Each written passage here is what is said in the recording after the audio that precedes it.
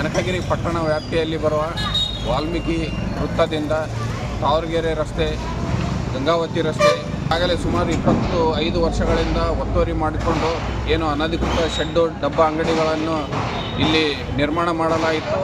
ಇಂದು ದಿನಾಂಕ 18 ಬೆಳಗ್ಗೆ 5 ಗಂಟೆಯಿಂದ ಕನಕಗಿರಿ ಪಟ್ಟಣ ಪಂಚಾಯಿತಿ ವತಿಯಿಂದ ಈ ರಸ್ತೆ ಮೇಲೆ ಅನಧಿಕೃತ ನಿರ್ಮಾಣವಾಗಿರುವ ಎಲ್ಲ ಅನಧಿಕೃತ ಡಬ್ಬ ಅಂಗಡಿ ಮತ್ತು ಶೆಡ್ಡುಗಳನ್ನು ತೆರವುಗೊಳಿಸುವ ಕಾರ್ಯಾಚರಣೆಯನ್ನು ಮಾಡಲಾಗುತ್ತಿದ್ದು, ಈಗಾಗಲೇ ಇಲ್ಲಿ ನಿರ್ಮಿಸಿರುವಂಥ ಎಲ್ಲ ಅಂಗಡಿ ಉದ್ದಿಮೆದಾರರಿಗೆ ನಾವು 3 ಸಾರಿ ತಾವು ಸ್ವಯಂ ಪ್ರೇರಿತರಾಗಿ ತೆರವುಗೊಳಿಸಿಕೊಳ್ಳಲು ಈಗಾಗಲೇ ಸೂಚನೆ ನೀಡಲಾಯಿತು.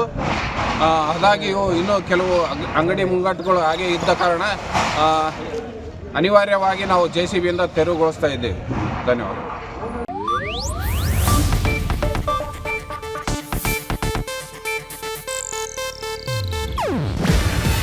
ಇದು ಏಷ್ಯಾನೆಟ್ ನ್ಯೂಸ್ ನೆಟ್ವರ್ಕ್ ಪ್ರಸ್ತುತಿ. ನೀವು ನೋಡ್ತಿದ್ದೀರಾ ಏಷ್ಯಾನೆಟ್ ಸುವರ್ಣ ನ್ಯೂಸ್.